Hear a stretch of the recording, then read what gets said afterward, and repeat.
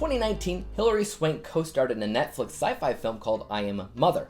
4 years later, motherhood is still apparently a big part of her life, as she is set to play the mother in this year's The Good Mother, coming to select theaters on the 1st of September. I got a little bit of an early look at it. Is it one of Hilary Swank's best performances? Let's get cracking. The Good Mother ultimately focuses on a forlorn mother grieving the loss of her son, who was recently gunned down in the street. She ultimately teams up with her son's pregnant girlfriend in order to get some answers to his untimely demise. The deeper they dig, the more they uncover about a world of illicit drug trafficking. The marketing for this film, at least in my opinion, seems to suggest more of a revenge tale type of a movie, where it's like the movie Taken with Liam Neeson, but instead of somebody getting taken, somebody gets killed, and instead of human trafficking, it would be drug trafficking. It's not really that kind of movie though. I would instead categorize it as something more so a slow-burning dark mystery, where in certain aspects there's a lot of suspense that builds and builds and builds because somebody's behind these horrific acts, and because you're not entirely sure who, you get to be a little bit paranoid while watching.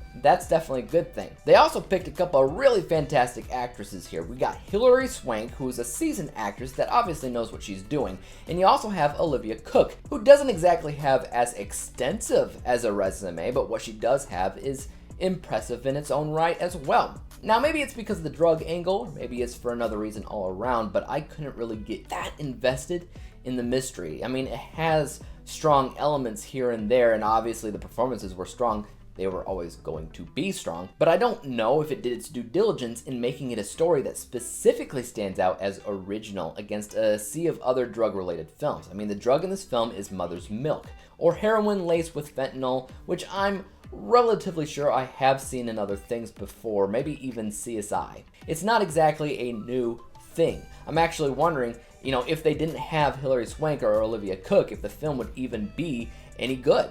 That's because in a big way, you're watching for these actresses, not so much who they're representing. That being said, it is easy to tell that the film was giving it its all anyway. There's a good eye for cinematography here with sweeping wide-angle shots, and I actually low-key enjoyed the musical composition for the film, which definitely helps add to its darkly toned atmosphere. It's not a bad watch at all, and I would mostly say that the film is decent and it achieved what it sought after. It's just not really a movie that's for me personally. Again, I will say that even though it's not a movie that I'll probably return to, some of the moments of suspense and unpredictability actually worked pretty well overall, and I can't actually say a single thing about the film was specifically bad. So definitely keep that in mind. My end score for The Good Mother was a B-letter grade, final overall score of 77%, 77 out of 100 possible stars. As you can see, that's a score that shouts pretty decent overall, even though it's not really a movie for me personally. I also don't really think that it's Hilary Swank's best role.